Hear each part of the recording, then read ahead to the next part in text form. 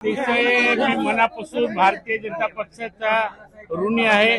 या देशाचे माननीय पंतप्रधान मोदी साहेब असतील, आमचे राष्ट्रीय अध्यक्ष असतील, आमचे अमित शहाजी, या राज्याचे कर्तव्यदक्ष आणि लोकप्रिय आणि चाणक्य मुख्यमंत्री माननीय आमचे प्रदेशाध्यक्ष चव्हाण साहेब, बावनकुळे साहेब, चंद्रकांत दादा, या सगळ्यांनी माझ्यावर ही जिम्मेदारी सर्वसाधारण माणसाच्या डोक्यावर टाकली।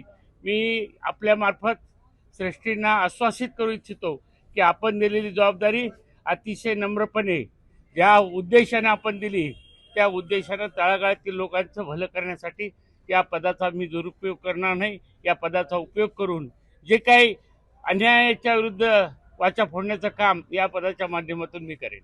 मराठवाड्याचे बरेच प्रश्न आहेत जे की केंद्र स्तरावर प्रलंबित आहेत, आपल्या माध्यमातून काय अतिशय मी मराठवाड्याचा मागासलेपणा दूर करण्याचा जो शब्द आहे मराठवाड्याला मागासलेला तो पूर्णपणे दूर करण्याचा प्रयत्न करेन। कारण यापूर्वीचा जो माझा अनुभव आहे आणि ज्या पद्धतीनं देवेंद्रजी फडणवीस या राज्यामध्ये कारभार करतात आणि मोदी साहेबांनी 2014 पासून जो देशाचा कायापालट केला, त्यांच्या आशीर्वादानं मराठवाड्याचा मागासलेपणा दूर करण्याचा पूर्णपणे प्रयत्न करण्याचं मी आपल्याला वचन देतो। त्याचबरोबर धनगर आरक्षणाचा प्रश्न सध्या गाजत आहे। आता मुंबईला मोर्चा निघणार आहे, धनगर बांधव मुंबईकडे कूच करणार आहेत, त्यामध्येच तुम्हाला खासदारी दिली, समाजाचं नेतृत्व केलंय। आरक्षणाचा प्रश्न मिटविण्यासाठी किंवा सोडविण्यासाठी काय प्रयत्न करणार भाजप? धनगर आरक्षण हा मुद्दा 1986 पासून मी हाती धरलेला आहे। या राज्याचे मुख्यमंत्री माननीय शंकररावजी चव्हाणचा पहिला मेळावा स्टेडियम ग्राउंडला मी घेतलेला आहे। विधान परिषदेची मला संधी मिळाल्यानंतर रेकॉर्ड ब्रेक केलं की एखाद्या प्रश्नावर विधान परिषद 1 किंवा 2 वेळेस स्थगित होते, परंतु माझे सहकारी मित्र रामहरे रुपनर आमदार आणि आम्ही या प्रश्नावर 4 वेळेस स्थगिती दिली विधान परिषदला। मी तुम्हाला खात्री देतो, कारण हे प्रेसिडेन्शियलचा ऑर्डर असल्यामुळे किचकट प्रक्रिया आहे, परंतु मुख्यमंत्र्यांनी शब्द दिला होता पहिल्या कॅबिनेटमध्ये करू, परंतु टेक्निकल अडचण आल्यामुळे त्यांनी 50% सवलती आम्हाला दिल्यात। जे आदिवासीच्या मुलांना शिक्षणाच्या असतील, ज्या काही 22 GR काढून आदिवासींना ज्या सवलती आम्हाला दिलेल्या आहेत, आज राज्यामध्ये जवळपास 1 लाख विद्यार्थी इंग्रजी माध्यमातून शिकतात।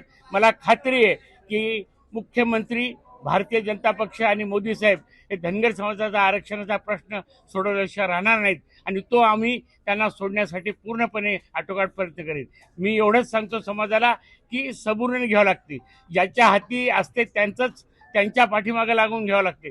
काही विरोधक त्याचा जर बाऊ करतील आणि असलेल्या त्यांना सेवा देण्याचं काम करतील तर आपल्या पदरामध्ये ते पडणार नाही। आणि म्हणून आपल्या समाजाला विनंती करतो की संतपणे आपण घ्या। राज्यामध्ये फक्त धनगर समाजाचा विचार जर कोणी केला असेल तो भाजपने केला। याच्या आधी या देशामध्ये कधी लोकसभेचा सदस्य नव्हता, राज्यसभेचा सदस्य महात्मे साहेब होते, दुसऱ्यांदा मला दिलं आणि ते सुद्धा माझी मागणी सुद्धा नव्हती।